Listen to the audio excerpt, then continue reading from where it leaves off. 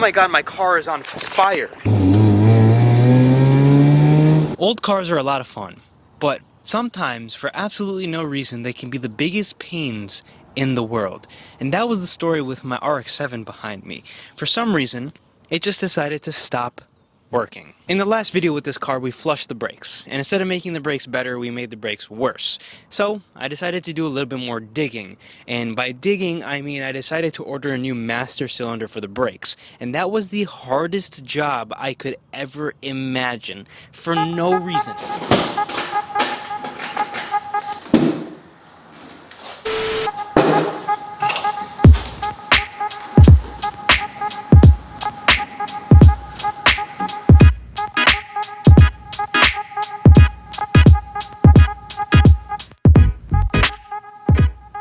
In this box we have some parts. This is a master cylinder for this car. I noticed that the brake master is leaking, and well, hopefully this does the trick. So apparently there's some special tool, some special wrench you use to get these lines off. I'm not gonna bother with that. I'm just gonna send it. Basically, I'm just going to kind of guess and see everything connected to it, and hopefully it'll come out. You guys probably can't see this all too well, but there's the 1 and then the 2. I'm basically just unscrewing these with a wrench. Then there's one bolt right there, and then there's one underneath it, and then this should come out. There's also this connector here. I think that's literally it. I tried every single wrench that I had, and I just could not find one with the right size. So I had to go and pick one up. You see the flare? That's gonna help us get around the nut and get that bottom piece out super easily.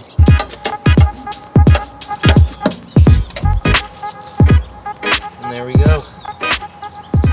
Oh, not a good idea. We need to do a bleed of the new master before we put it in, so that way there's no air bubbles and it actually works properly. So this right here is a bench bleed kit.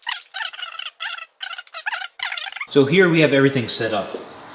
There's the piston here. I'm just gonna push this in with a 12mm, and the air is going to escape the cylinder. You guys can see there, the air is being flushed out. Well, I made an attempt to put it back in, but I need a second pair of hands. There just isn't enough room for me to take it out and put the bottom one in. We're putting this on pause for at least a couple days until I can figure out how to put this back.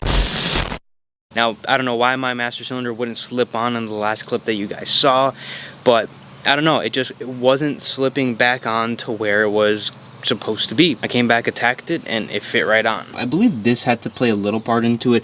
This is the bracket that sits behind the master cylinder here, and I believe that wasn't allowing the master cylinder to quite sit onto it. Then we did a brake bleed after installing the master cylinder, and for some reason after we did the brake bleed, the car still would not build any brake pressure like it was doing before. Then I let the car sit for about a day and a half. I started the car back up to bring it up to kind of see what was going on with it, and the car now runs and stops and drives perfectly. So before, when we were doing the brake bleed, everything was fine until we get to the last caliper, or the last brake, and it wasn't building pressure. But now, there's pressure in the brakes, and I don't understand. Could the car have self-bled its brakes somehow? I don't know. I don't know. We did bench bleed it like we were supposed to. Bench bleed process was a little different. Instead of bench bleeding it like I was showing you guys, I simply just primed it a couple times and just slapped it on. Maybe that air that was still in the master had to settle, and when it settled, it started to build pressure again. I have literally no idea. But the car drives now, and we have another problem. Let me show you. Now, for whatever reason, the car's electronics completely were not working. When I would turn the key, nothing would happen. There'd be no beeps, no sounds, nothing.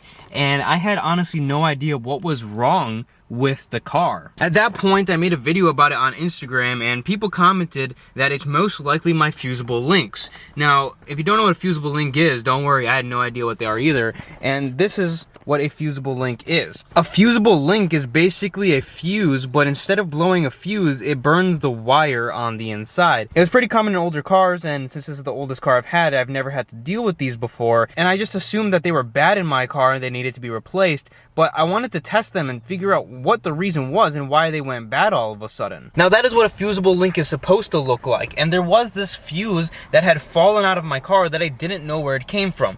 Turns out at some point someone made a custom fusible link. If we come over and we pop the hood, right here is a custom fusible link, and as you can tell, it is extremely loose in the car, and this was the reason why my vehicle was no longer working. If I can even get it back in there. Actually, we might as well just replace them. Just like that, we have the new fusible links in the car, and now, well, it works perfectly, so we can actually take it out for a little drive, theoretically. And I say theoretically because the brake systems are working, the car is running, and the other day, well, I took it out for a ride for the video. But when I got back, I realized something. When I stepped out of the car, and I started looking around and smelling, I went, oh my god, my car is on fire. And I ran to this wheel, and there was a ton of smoke pouring out of this wheel here. And at first I thought, okay, I think everything's okay. I inspected the engine bay, maybe it's just a little bit of oil that was dripping that burnt. But then there was no smoke coming from the engine bay, and I realized it was all from the wheel, and this wheel was super, super hot.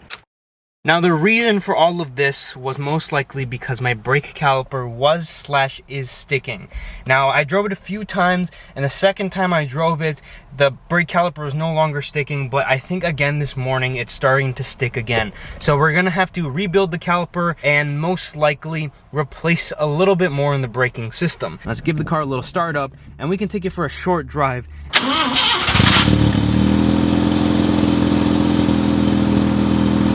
We're just going around the block, nothing crazy, but as we solve problems, we're gonna go take it out for a real proper drive and give you guys like actual driving impressions and what I think about the car and all of that good stuff. The first thing I'm experiencing is a little stall out at low RPM and the clutch grabbing immediately. Now the car's clutch sticking could be a hydraulic thing.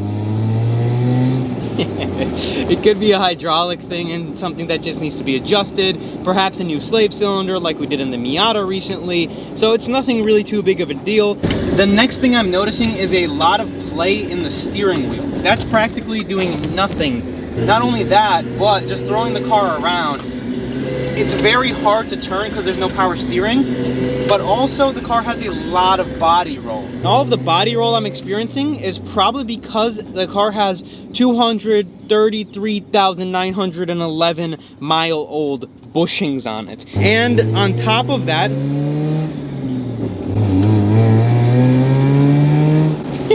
it's so much fun.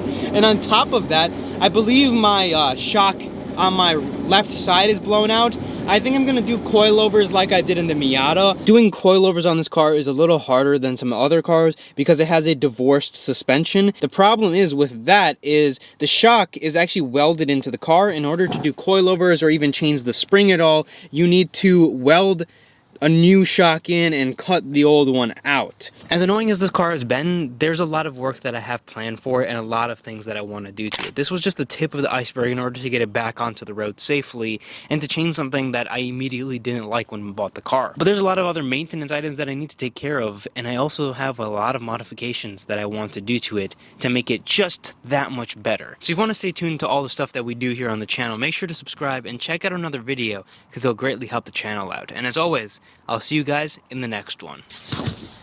Now as infuriating